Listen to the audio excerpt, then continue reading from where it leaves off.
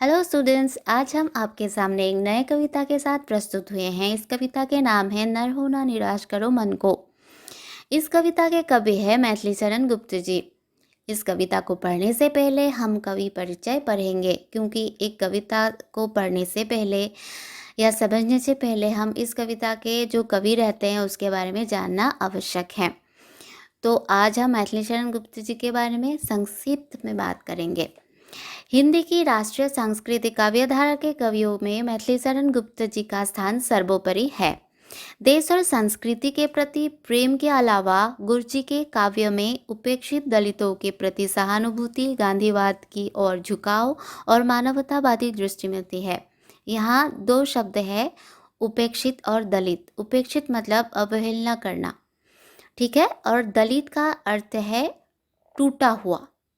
और इस शब्द को ये समझाने के लिए व्यवहार किया गया है कि भारतीय समाज में जितनी मतलब जाति है उससे उन सब से नीच जो जाति हैं उसको मतलब दर्शाने के लिए दलित शब्द का व्यवहार किया गया है। तो मैथिली शरण गुप्त जी ये जो पीछे जो है जातियाँ, जैसे नीच जाति, इन सब के प्रति क्या रखते थे? सहानुभूति रखते थे। गांधीवाद की ओर झुकाव और मानवतावादी दृष्टि मिलती है। उनके क्या जो काव्य है उसके काव्य में मानवतावादी और सहानुभूति, गांधीवाद की और झुकाव मिलते हैं। राष्ट्रकवि के रूप में प्रसिद्ध गुप्त जी का जन्म 1886 में चिरगांव जिला झांसी में हुआ था।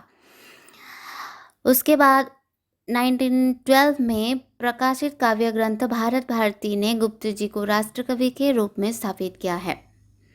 कालांतर में आपने पंचवटी, किसान, साकेत, यशोधरा, द्वापर, जय भारत, विष्णुप्रिया आदि काव्य ग्रंथ की रचना की है। गुप्त जी के द्वारा विरचित साकेत एक महाकाव्य है। उनके द्वारा विरचित किसान खंड काव्य भारतीय कृषक जीवन की करुण गाथा है।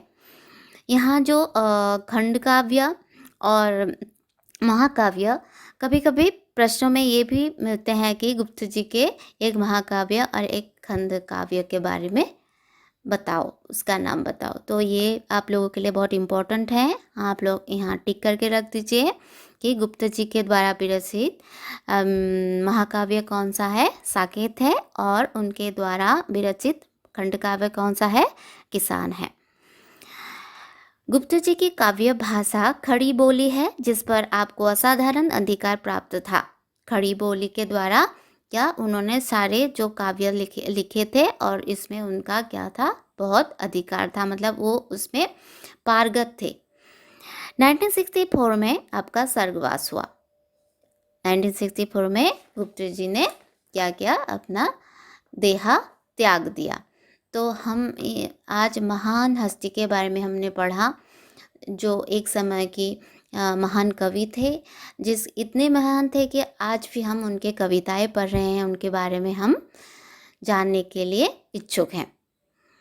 तो स्टूडेंट्स, आज हमने क्या पढ़ा? मैथिली शरण गुप्त जी के बारे में पढ़ा और मुझे आशा है कि आप लोगों को समझ में आया है।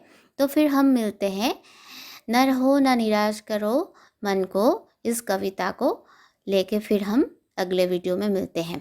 Thank you.